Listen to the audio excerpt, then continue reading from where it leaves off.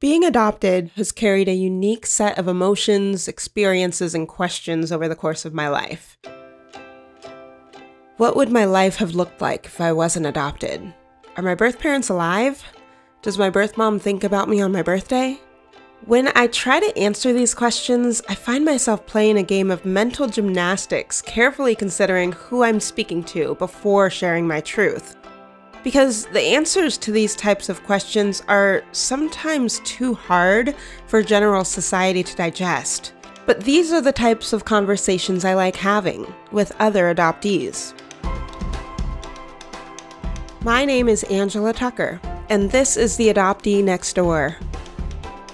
I am a Black woman, a transracial adoptee, which means I was adopted and raised by white parents.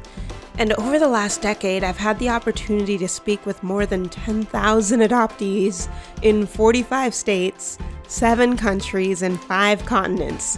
But I still want to meet more and know more. Because speaking with other adoptees is what gives me energy.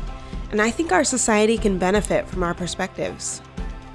They painted the picture for us of like, hey, we think your parents can take care of you, so we're here to take care of you. I mean, it was just kind of as simple as like, and we were like, so y'all are like heroes, you know what I'm saying? It was like, oh my. So then it made us feel better about us because we were like, because we felt rescued. We felt chosen. You felt chosen.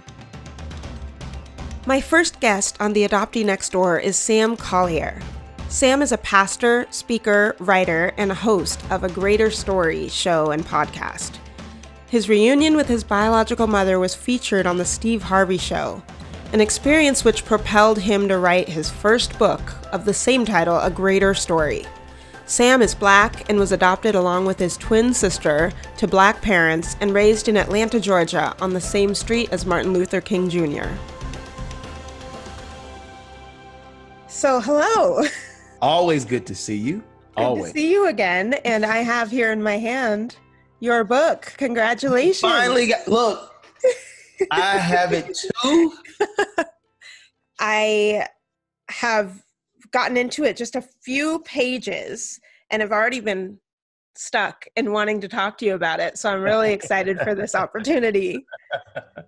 Okay, so right off the bat, the word rescue is on the front cover of your book, My Rescue, Your Purpose, and Our Place in God's Plan. Yeah. And I'm just wanting to hear everything about that. That's a really kind of hot button topic within the adoption community, this idea of saviorism, and that we needed to be rescued. Yeah. And rescued from what? So I'm just curious about your take on this, My Rescue. Great question. That word entered my story after I met my biological brother. And let me tell you what happened. So we're on the Steve Harvey Show. Hey, folks, I'm back with twins Sarah and Sam, who are searching for their birth mom. Now, she gave them up for adoption when they were infants. Now, here's the thing. I know I said that we didn't find your birth mother, but that's not the case. Eleanor, come on out.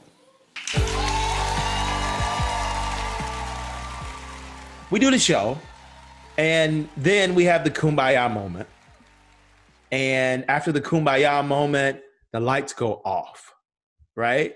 And Steve's like, good to meet you. I'm like, good to meet you. Steve leaves. We don't see him again. We go, and he's like, hey, we're sending you to this Mexican restaurant to hang out, paying for food, hotel.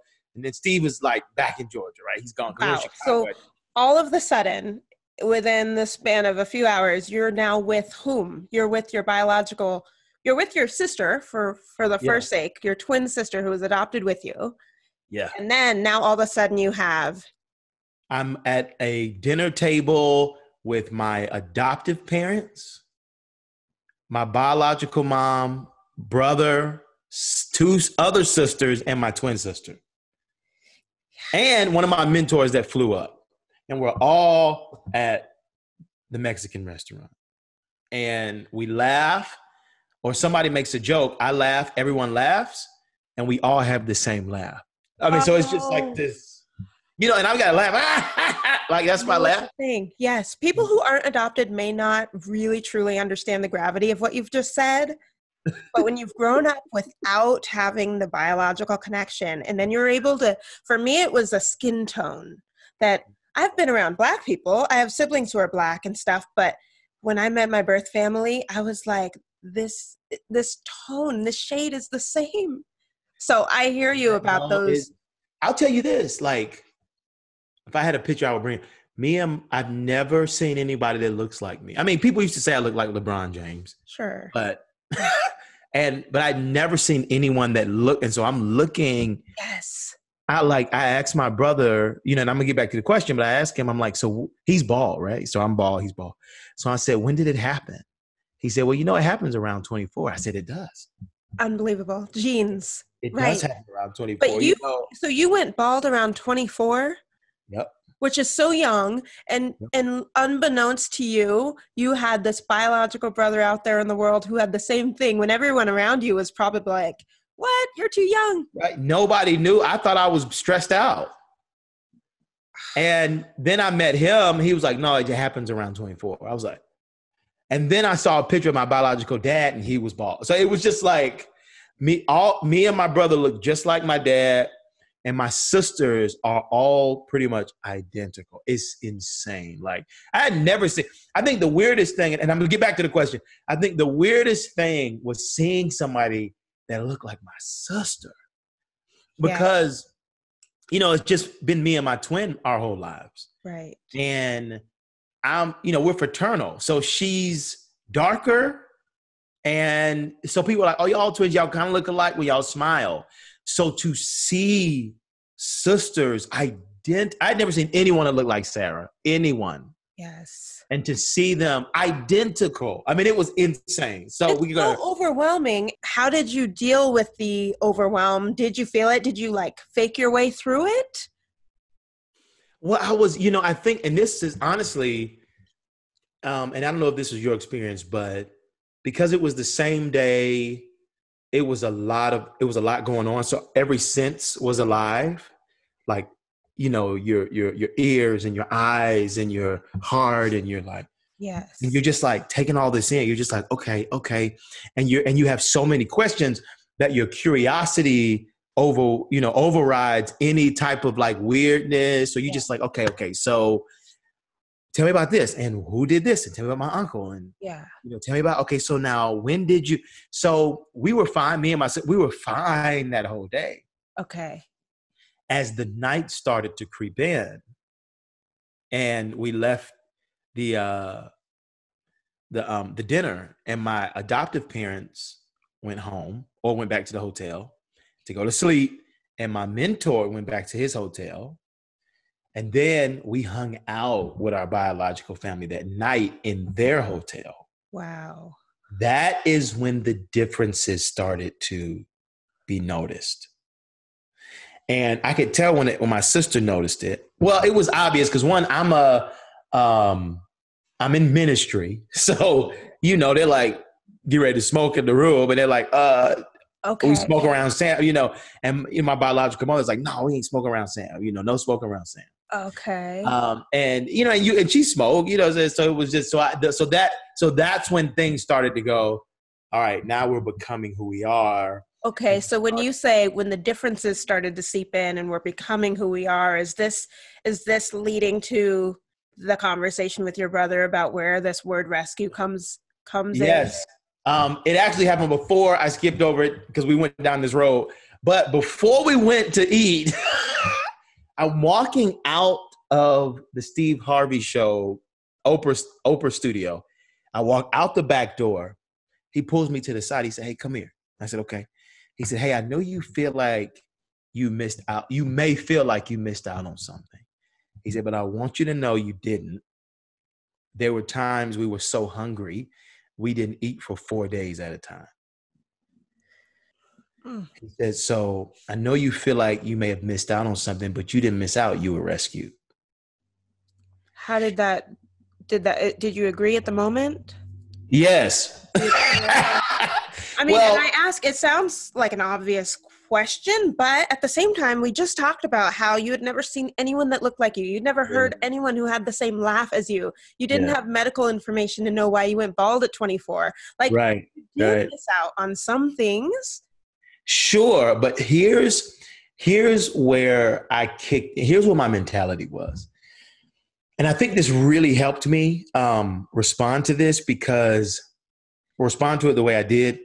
My sister reacted in the I need to get away from everybody way. So she she called me one day and said, because our biological family, it's Tyler Perry. When you think my biological family, it literally is the Tyler Perry movies, right? So they swarm us all at one time. Instagram, Facebook, email. I don't even know how they found us. Phone calls. It's like, it's just blowing up. Like all these. One time. Before we got into this, I responded the way I did in terms of embracing my biological family. While my sisters called me and said, I need to deactivate my Facebook account. Like, this is too much. But I reacted that way because I had a nonprofit in the inner city. And so did my brother, which is crazy. My nonprofit was called No Losing. His was called No Limits. Don't get me started. Wow. And so I think him and I connected because I had reached 80,000 kids in the inner city in a year. So I was with kids that lived in poverty every day. So, and the connection there you're saying is your nonprofit served kids who my nonprofit served me. So had I stayed with my biological family, the kids in my nonprofit would have been me. And so I saw the effects of nature versus nurture. I am constantly trying to disrupt the savior and the rescue narrative within adoption because often that is a story driven by the adoptive parents who are creating the story they want others to hear. However, when an adult adoptee like Sam claims this narrative, I feel differently. People often have said to me, "You must be so glad that you got adopted." And I tend to disagree because if I was not adopted, my life would not have been worse. It would have just been different, and I wouldn't have known life any other way to make any comparisons. I never knew why my heart was so big for the inner city, but it was because it's who I am. And that's why I say, my dad, my adoptive dad, who decided you need to go find your parents, he was right. I did need to go and find my parents because I did need to know that.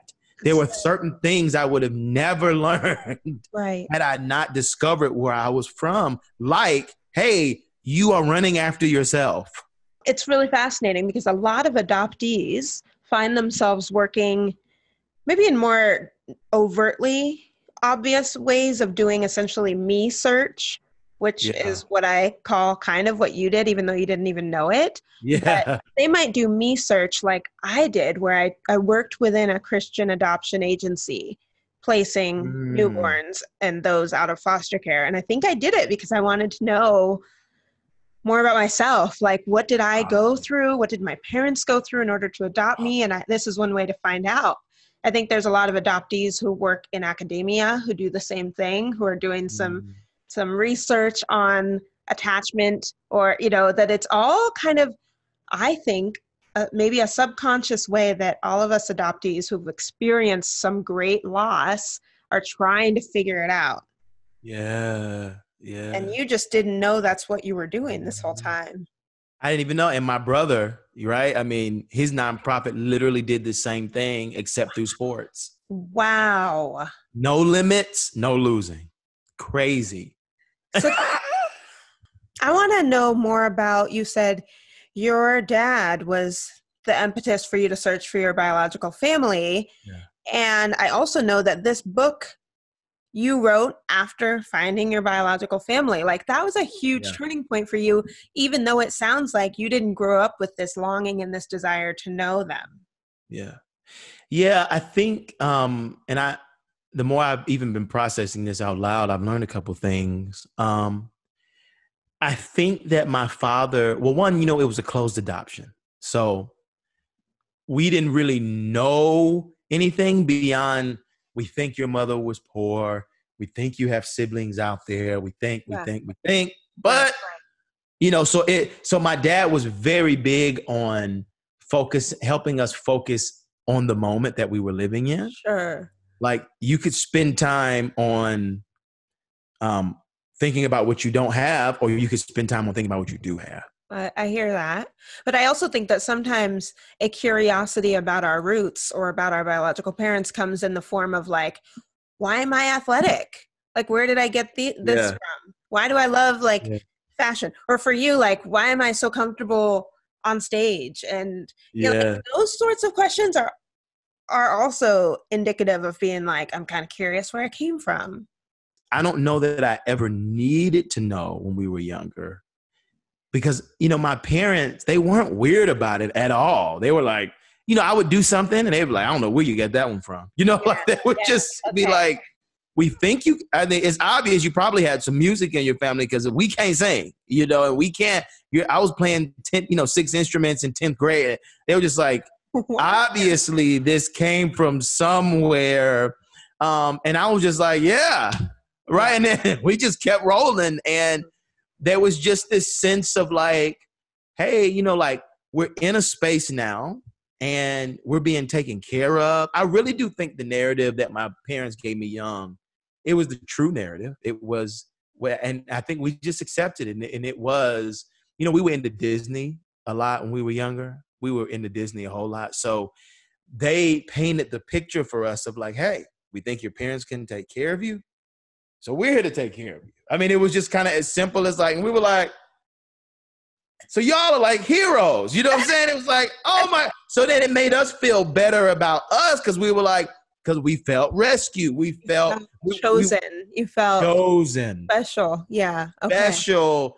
And we would look at the movies and we would see these, these people that were in these situations be rescued by heroes or, abandoned. So many Disney and cartoon and animated films that start with abandonment. Yes. Found him in the back alley somewhere. And it was like, so I think, a lot of that was, we internalized it as, oh, we're just like whoever, Superman or Spider-Man. I don't know. I can't even get the example. And I think it's one of the reasons it's interesting. We're talking about this. I gravitated so much towards Harry Potter. I loved Harry Potter. I thought I was Harry. And so it was like Harry's parents died and, they were there. So now he's like this chosen one. And so on the opposite side is like something had to happen in order for someone to need to be, in your words, rescued. So where did you put that in your mind? Was it okay that you had a birth mother out there who couldn't see her own child? And I'm wondering, maybe like in your faith and in your, I think this is maybe a common question, but just thinking about, as you talk about God's plan in this greater story of yours, what does that mean that God's plan was for your birth mother? Yeah, I think, and now we're going to get a little deeper. I think that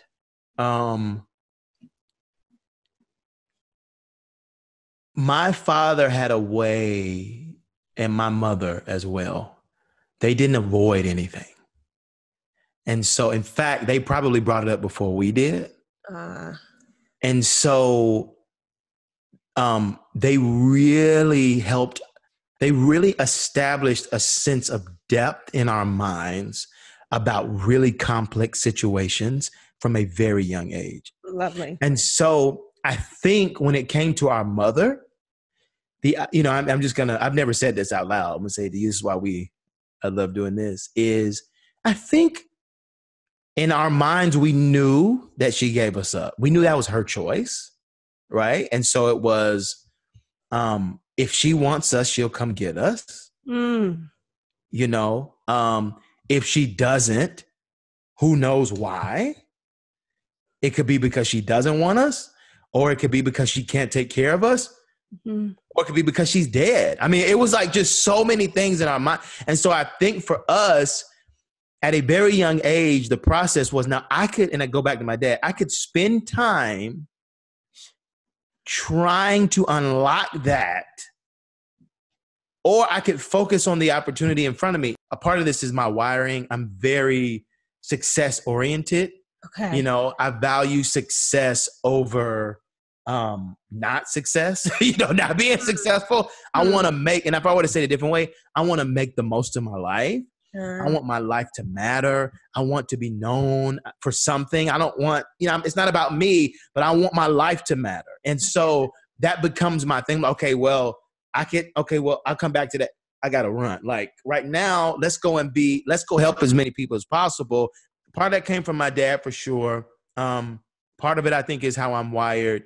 But I will say, I think that this idea of us understanding a lot of deep things at a young age is my sister, and came from my sister. We're backstage on the Steve Harvey show, and she has this moment.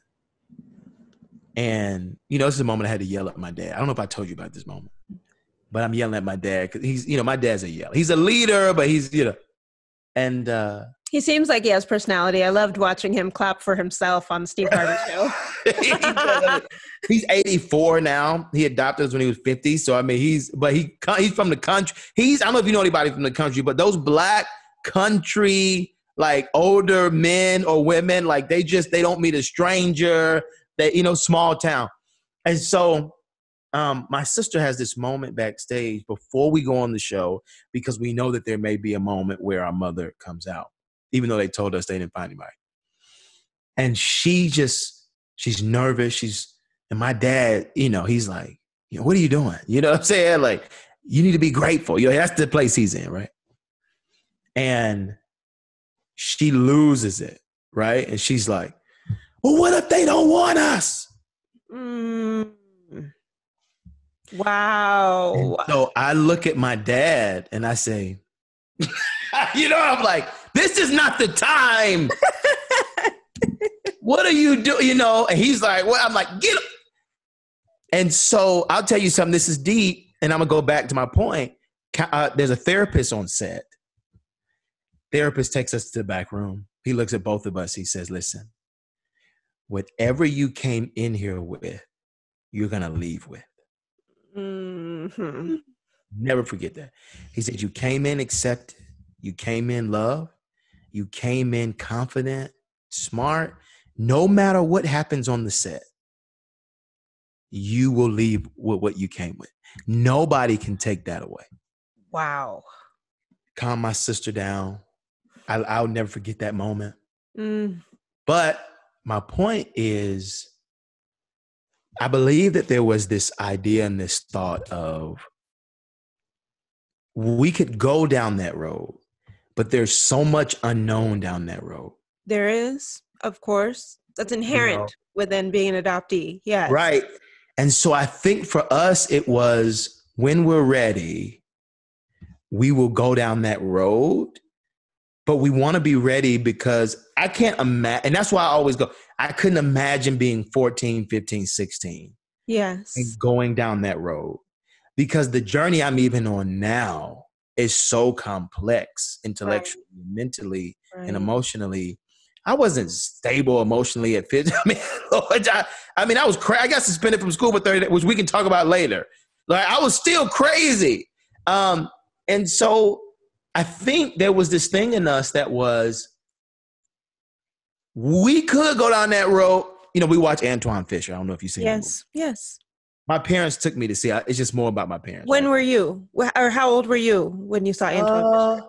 We were teenagers for sure. Younger, maybe 14. Yeah, it's just interesting because I'm hearing so many threads of like, adoption was a big point of interest in your life. Like, even just hearing how much you glommed on to the superheroes in Disney, like you were in a way always kind of looking for a representation of what it felt like for you to be removed from your home and then have this other home, even though they're great. Your parents sound fit and happy, but you were always kind of searching, even though you weren't looking for your biological parents. You were always kind of searching for your identity, is what I feel like I hear.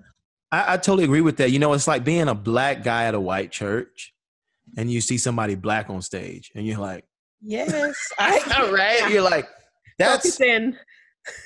oh, you're right. I do think, you know, and again, my dad was a large part of those moments. I always feel like he was a step ahead of us. Like, and so I think before we could even look, he was like, there you go. You're right. Okay. Yeah. There you go. You're right there. And so he took us to Antoine Fisher. And I didn't even know the movie was out. I didn't even know what was going on. So he didn't even tell me what the movie was about. So we're sitting in the movie. For those of you who have never seen Antoine Fisher, it's a powerful movie from 2002, starring Denzel Washington and Derek Luke, who plays Antoine. Antoine was in foster care as a child, and while in the Navy, he is encouraged by his therapist, who is played by Denzel, to find his biological mother and family. I can't tell you how many times I've watched this movie, but I know it is a lot. Here's a clip of an emotional scene where Antoine is sitting with his birth mother, played by Viola Davis, in her apartment. She doesn't say a word to him and can't even look him in the eye, but Antoine just talks to her. I used to dream about you. My mother, you know, what you be like, how you look, your voice and your smile, even your scent. For all these years, I wondered about you. I dreamed about you. Didn't you miss me? So we're sitting in the movie and then we're like, oh, wait a minute, this is our story, right? I mean, like, and I forgot to say this. He always would say, and my mom, if you want to go meet somebody, tell us. Yes. If you want to go meet somebody, tell us. I really respect all that they did. Yeah, I mean, and so we were just like, nah, you know, like, not yet. Yeah. But I think, what'd you say? We're busy. We've got basketball practice. We've got things like you got. We'll get there. And I do honestly believe, as we were talking about this, I'm even processing in real time. I do honestly believe I don't know if I want to open that can of worms yet.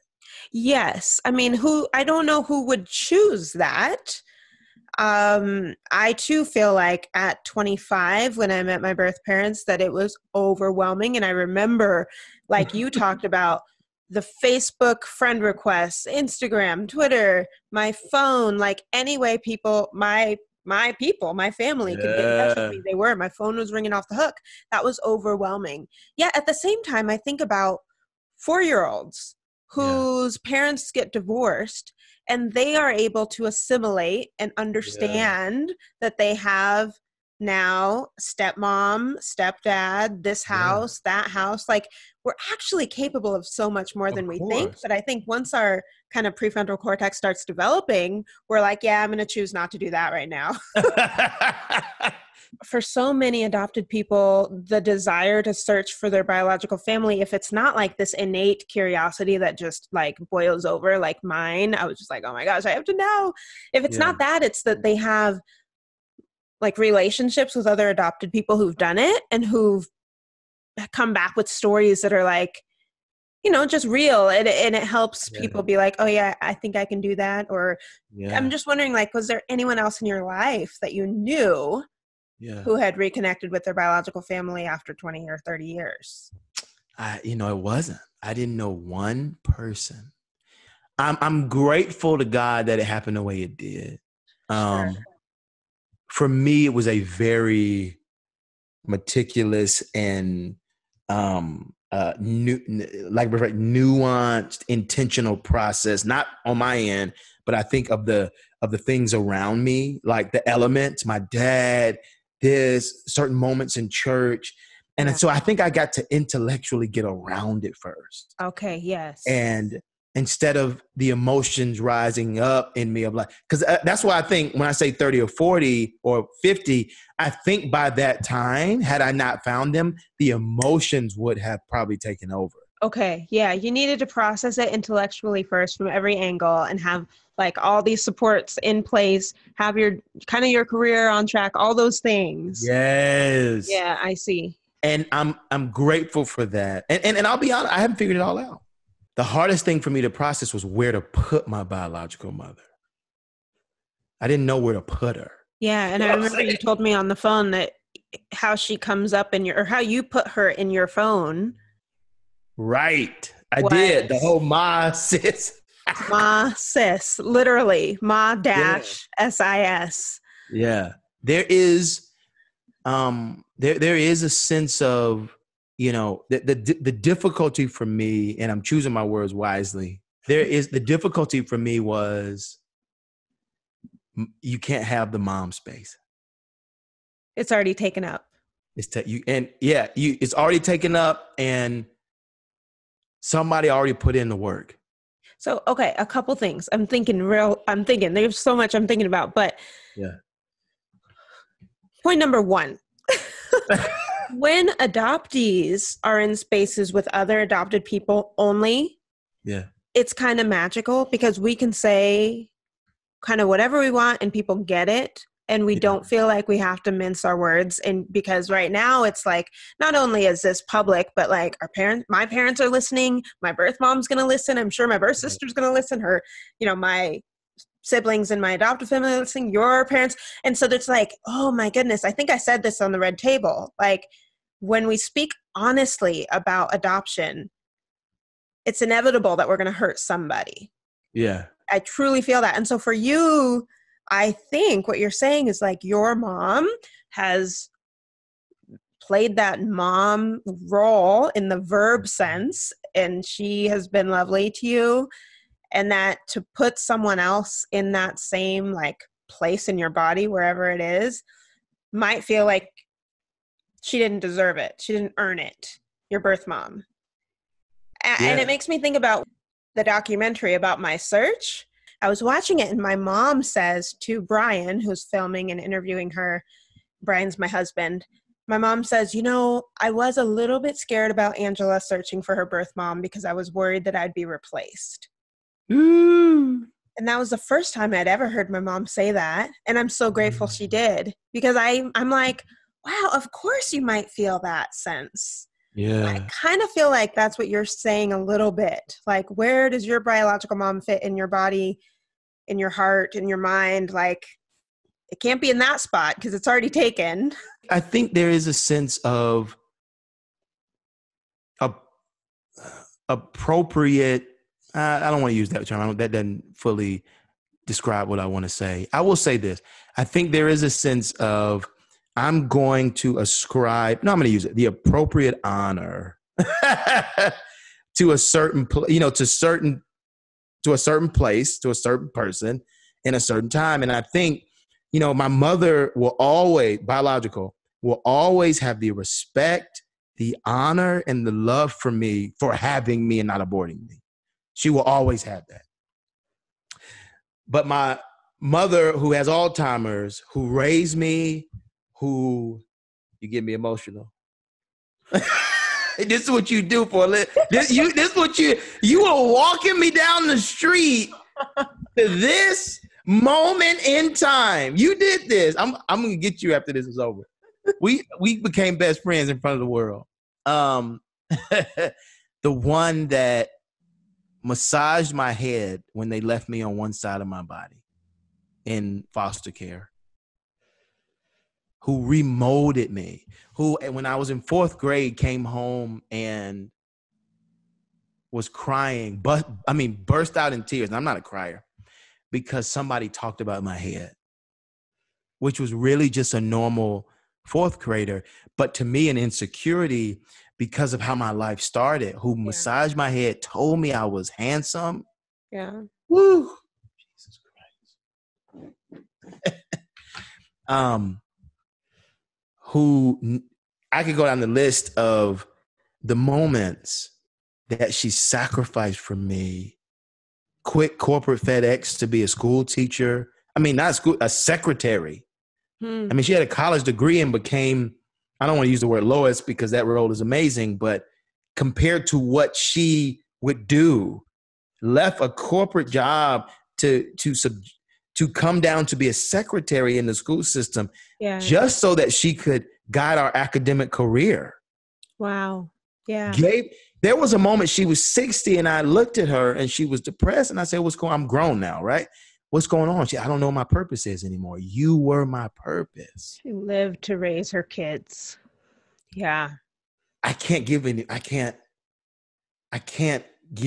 else that space. That to me is the difference between biological mom and mother. That's the difference to me between biological father and father. I hear you. I hear that. That makes sense. And I think there's I got that kind of question a lot when I was searching for my birth parents. People saying like, your parents did everything for you. How could you do this to them? Kind of thing. Oh, well, yeah, see, I don't ascribe to that. Yeah. Well, it was really difficult. But at the same time, I was like, yes. I'm wondering though, for you, like just because they hold the same title technically as mom. Yeah. Like, why are you trying to fit it in that same spot when it's so evident that you can love people? Like people, there's so many special people in your life all over the place. Could your birth mom? I call my birth mom by her first name. Yeah. And that feels really good to me. And yeah. No, I think for me, just to be honest, I think that was the tension for me, is that I didn't know where to call her. Like what category? Well, I mean, it's like, this is a stranger who gave birth to you. Right. Like, wow, that's wild. But you know what I think was helpful for me was when I started hearing my birth mom refer to my mom as mom. Like my birth mom, Deborah, would say like, what's your mom up to? And I was just like, wow, that feels so lovely. Yeah. And it just gave me permission, because I'm like, I think she understands that her place is a little different. And she also understands that her place is so significant in my heart and in my life, but that I have a mom. It's true. And that's good for me. And I think we're walking down the journey that I'm on, it's like, I think I've gotten a little better after 4 years, but I do think it is a thing that I don't want to say I'll battle with forever, but that I keep a close eye on every day. And I do think, I wanted to say this, is I do think my personality is one that is very focused. I can get very focused on something for a really long time and miss out. Like I'm the kid that's like, my sister has to call me like, okay, when you coming back over to see us? Because I'm like, oh yeah, I was in California, I was here, I was writing, I can get really like, which has served me well in terms of my musician days, my preacher days, all these things, because you have to be writing a book, you have to get focused for a really long time on one thing. And that's to me a gift and a curse, because it's the gift because I can spend 4 hours learning how to play the piano daily. Amazing. Yeah. But I got to get off the piano. You know what I'm saying? Like, well, the world is going by. And right. What I think about you is that your life is like, it's linear in the sense of like, the ladder to climb in order to get from A to B. Yeah.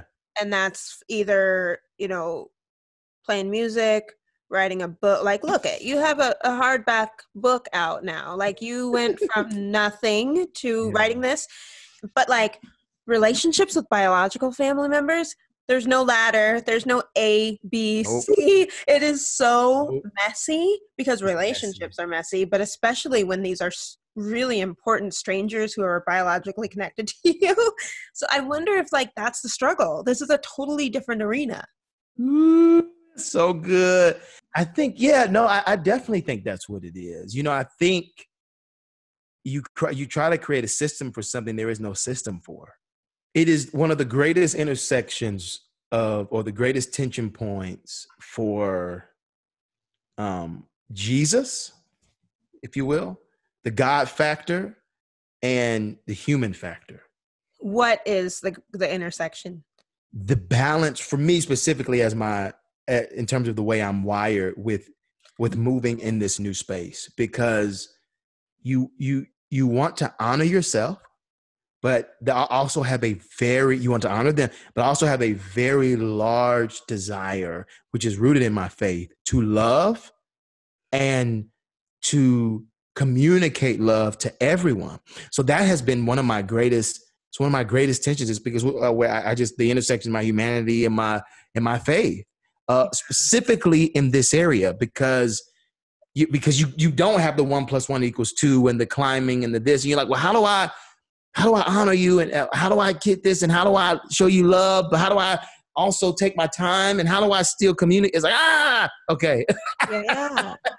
And when you talk, this is the after the book, right? This is the second layer is, that's the journey Sam is in now of going. I'm so with you on it. I'm so curious. I want to be there for you through it. Excited for you. Right? It's navigating it and doing your best to love as best you know how in the moment. So I thank you so much for this conversation. Are we done? Well, we weren't quite done. Sam and I carried on for another half hour, and at one point Sam mentioned to me how he hadn't talked with another adoptee in depth, which for me was a reminder of why I love these conversations.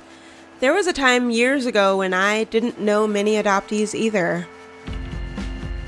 And so I knew what he was feeling, because I know that it's only been through talking about adoption with other adoptees that has allowed me to get a better grasp on my own identity as an adoptee. It was so great to hear his story in his own words, but there was a lot that we didn't get to, including Sam's identity as a pastor, Christianity, religion, the Bible, and what you preach in relation to what adoption has become in the church.